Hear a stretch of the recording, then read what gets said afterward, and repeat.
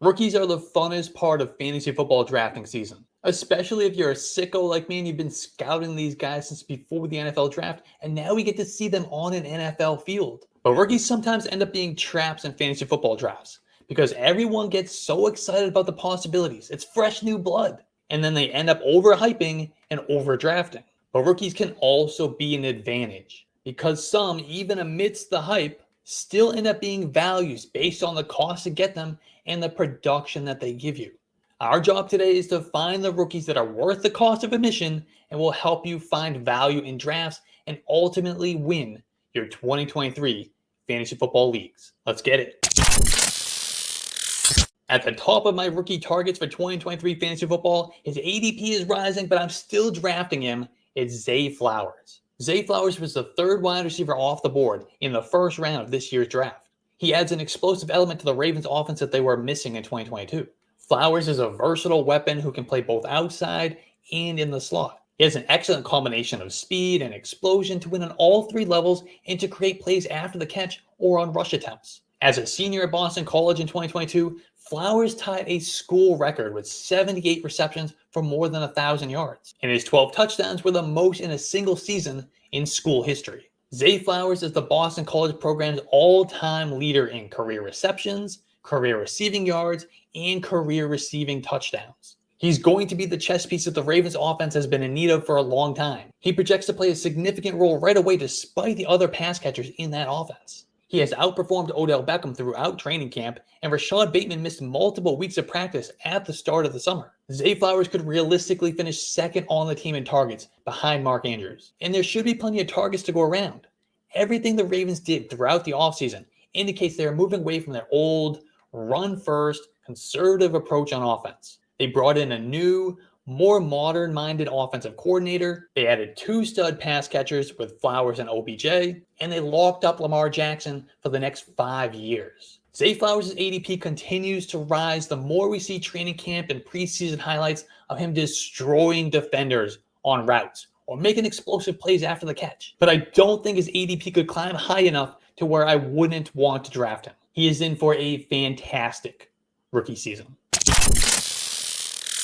Another rookie I'm targeting in my 2023 fantasy football drafts is Jordan Addison. The new Vikings wide receiver has a well-developed game that will translate into immediate production in the NFL. He's a smooth route runner who can tackle the full route tree, utilize a variety of release tactics, and create consistent separation. And he has the versatility to line up out wide or in the slot. And he has plenty of speed to get open vertically and the moves to create yardage after the catch. Jordan Addison checks all the age and production-based analytical boxes that we look for when profiling incoming rookie wide receivers as well. He had an age 18 breakout at Pitt. While playing with Kenny Pickett in 2021, he averaged more than 7 receptions per game, nearly 3 yards per team pass attempt, and with a 38.6% receiving touchdown share. He also had 20 career rush attempts and 20 career kick returns, which shows us that the team saw him as one of its special playmakers and wanted to get him the ball in his hands in as many ways as possible.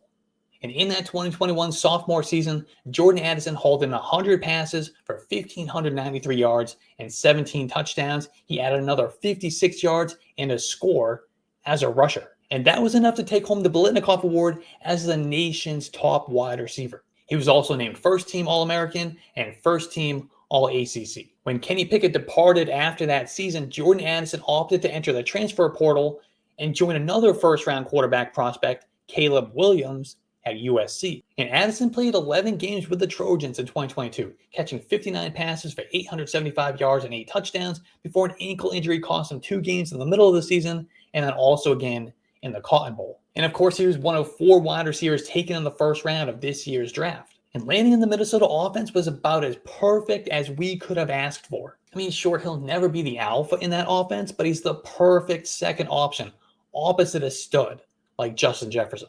And one of the things we love about that Vikings offense from a fantasy football standpoint is that their target shares are routinely consolidated and predictable. It's Justin Jefferson, it's Jordan Addison, and it's TJ Hawkinson. That's it.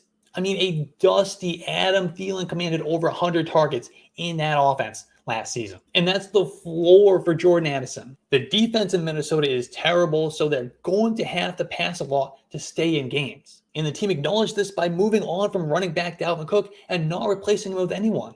it's easy to see 80 plus receptions, over 1,000 yards for Jordan Addison as a rookie. By the way, the ADPs in this video are coming from Underdog Fantasy, the best platform for drafting. And if you're like me, your favorite part of fantasy football is the draft. But you can't draft a million teams with your friends because, one, they're probably not as hardcore into this as you are. And two, how the hell are you supposed to manage all those leagues during the season?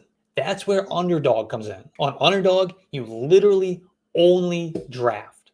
No waivers, no setting lineups every week, no trades, nothing. Just draft it and forget about it. At least until the end of the season when you win the league and you take home that cash, baby. I am literally drafting on Underdog every single day. I'm doing fast drafts, I'm doing slow drafts, I'm doing a ton of these $3 leagues. But I've also got a few entries into their Best Ball Mania tournament where the winner takes home $3 million. I love the Underdog platform and I know you will too. So sign up now on UnderdogFantasy.com or download the Underdog Fantasy app. Use promo code YARDSPER and they're going to double your deposit up to $100. Get on that, do that right now, and I'll see you in a draft room. I promise we're not going to only talk about rookie wide receivers. We're going to get to other positions, but the wide receivers in this rookie class are so good. Another one that I'm targeting in 2023 fantasy football drafts is Marvin Mims of the Denver Broncos. And Marvin Mims was one of the most exciting of these wide receiver prospects in this 2023 class. And apparently Sean Payton agreed as he traded up to make Marvin Mims his first pick as Broncos head coach. Mims is going to add an explosive element to that Denver offense that was missing last season. He's a playmaker with 4.38 speed and a career yards per reception average of nearly 20 yards while in college. He led his team in receiving in all three of his seasons, finishing 2022 with over 1,000 yards and 6 touchdowns. And he also made an impact as a kick returner. Marvin Mims is a smooth operator who creates consistent separation and can win on all three levels. And then once he has the ball, Marvin Mims has the speed and the quickness to gain additional yardage after the catch. In fact, his 8.5 yards after catch per reception in 2022 was the second most among Power 5 wide receivers from this 2023 class. And with projected number 3 wide receiver Tim Patrick out for the season and KJ Hamler released, Marvin Mims is locked into a starting role in 3 wide receiver sets. He's the perfect complement to the big outside X receiver Cortland Sutton and the smooth possession Jerry Jeudy. Mims will be that splash play guy, opening up things for Jeudy and making plays down the field, much like he did at Oklahoma. The only rookie quarterback that I'm targeting in 2023 fantasy football drafts is Anthony Richardson. The Colts rookie is quite literally the most athletic quarterback to ever enter the NFL. At 6'4", 244 pounds, Anthony Richardson ran a 4.43 40-yard dash at the NFL Combine. And because of that, he has massive rushing yardage and rushing touchdown upside. And that's going to give him a good floor for fantasy football while he develops his passing game. And that admittedly could take a little bit of time given his inexperience. I mean, he only had 393 career pass attempts at Florida. So his accuracy is a little bit inconsistent, but a lot of that can be attributed to poor mechanics and footwork. So with some coaching, those issues can be cleaned up considerably. And speaking of coaching, Anthony Richardson is in good hands with new Colts head coach Shane Steichen. Steichen worked with Jalen Hurts in Philadelphia over the last few years. And Jalen Hurts has a similar playing style as Richardson, and he has some of the same concerns coming into the league that Richardson does now. And now Jalen Hurts is one of the top quarterbacks in the entire NFL. How much of that can be attributed to Shane Steichen is probably minimal, but we at least know he has witnessed a similar player find ways to improve his game in the same way that Richardson needs to. And more importantly, he has showed us he knows how to create an offense around that type of player to highlight his strengths and minimize the weaknesses. And once he works out the kinks in his mechanics and he improves his accuracy, Anthony Richardson is going to be a dangerous passer. He has an incredibly strong arm. He can make big-time throws down the field or in tight windows. That fits well with Michael Pittman and Alec Pierce's games as big-bodied wide receivers who can win vertically and in contested situations. And Anthony Richardson's pocket presence is underrated as well, and it's actually one of his strengths. And if he can carry that over from Florida and translate it to the NFL, he's going to be just fine. If you were drafting Trey Lance last season, you naturally have to be into Anthony Richardson as well. He has higher rushing upside and he has more experience as a quarterback than Trey Lance did. And he has the same floor thanks to the rushing, and if he hits as a passer, the ceiling is as high as anyone's. Richardson is a great pick in single quarterback leagues around that QB 11, QB to 14 range. Pair him with a high floor guy like an Aaron Rodgers, a Derek Carr, or a Brock Purdy as your QB2. If he hits as a passer, Anthony Richardson will win you your league. One of my most drafted rookies so far in my 2023 fantasy football drafts is Jaden Reed. The second round rookie was listed as the wide receiver 3 on the initial Packers depth chart and has been starting in 11 personnel so far in preseason. It's only a matter of time though before he's playing ahead of Romeo Doubs in 2 wide receiver sets as well. Jaden Reed is a versatile weapon who can line up anywhere on the field and even take some rush attempts or add value as a kick returner. And actually, he was a big-time punt returner in college. He took 3 back for touchdowns. That doesn't help us a ton in fantasy football necessarily, but it does translate to after the catch where he is excellent at gaining additional yardage. The Packers have a wide-open wide receiver depth chart behind last year's rookie breakout, Christian Watson. It's just Romeo Doubs, Samori Toure, Dontavian Wicks, and Bo Melton. Not great.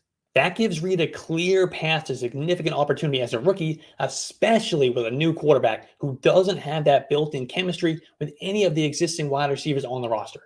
Jaden Reed can be more of that target volume guy who creates plays after the catch, while Christian Watson is your downfield playmaker outside the numbers. And quarterback Jordan Love is going to appreciate Jaden Reed's ability to create separation with ease and to get open quickly. He's going to present Jordan Love with an easy outlet to get the ball to when he's in trouble and on plays where he can't sit there and wait for Christian Watson's downfield routes to develop. My comp for Jaden Reed coming out of Michigan State was Emmanuel Sanders. His body type, versatility, quickness, and ability to create separation anywhere on the field, they all align with what Emmanuel Sanders was during the prime of his career. And Sanders had some big seasons in his younger years. I expect Jaden Reed will as well. And he's easily attainable in drafts with an ADP in round 15. Before we get to the final 2 rookies I'm targeting in 2023 fantasy football drafts, if you're enjoying this video and you find it at all valuable, please hit that like button and subscribe to the channel. I'll be pumping out content like this all season long. And let me know in the comments, which rookies are you targeting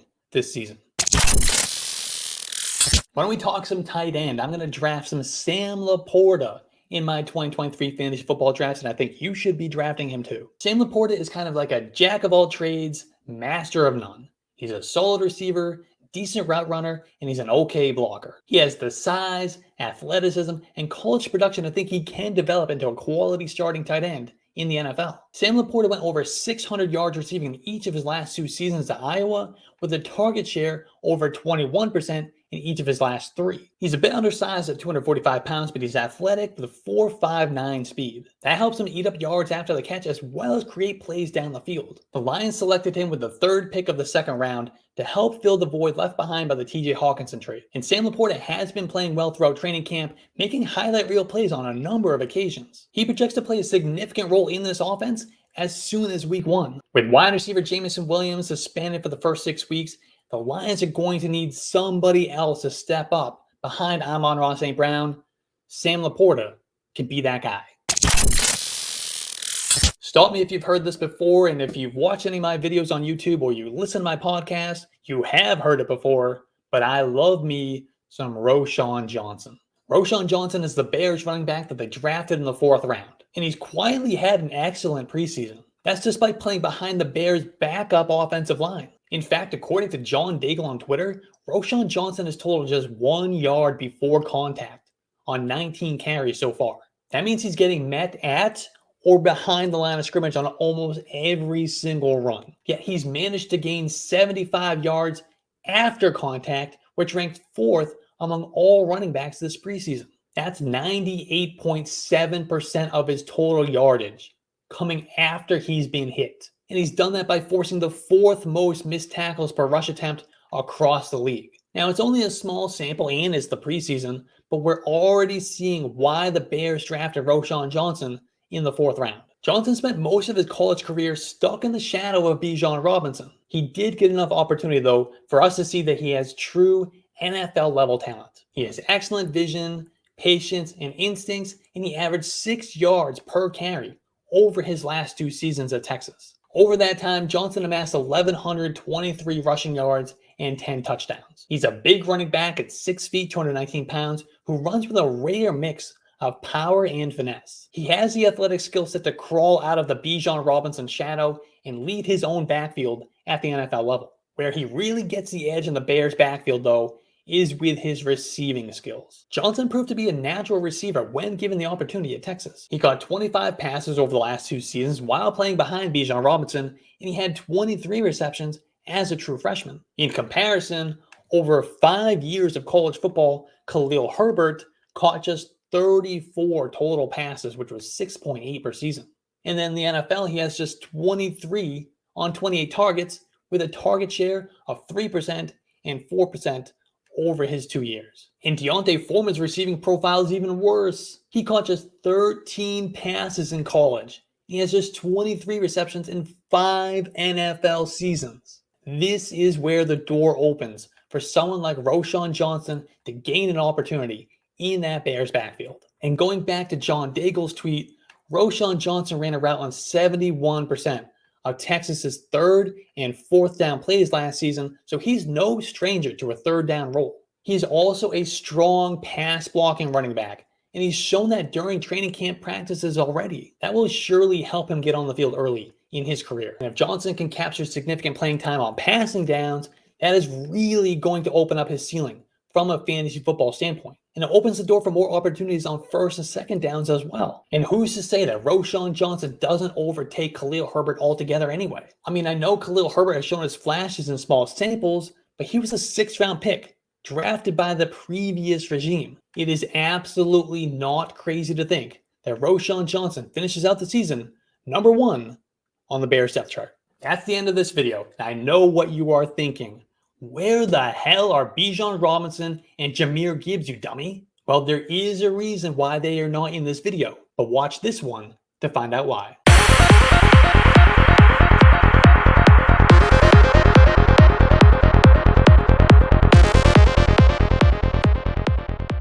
Hey, if you like that video, hit that like button, hit that subscribe button, leave a comment on what you want me to talk about next. You can find all my stuff, my rankings, articles, podcasts, more videos like this on yardsperfantasy.com. Just download the Yards Per Fantasy app, and we thank you for your support.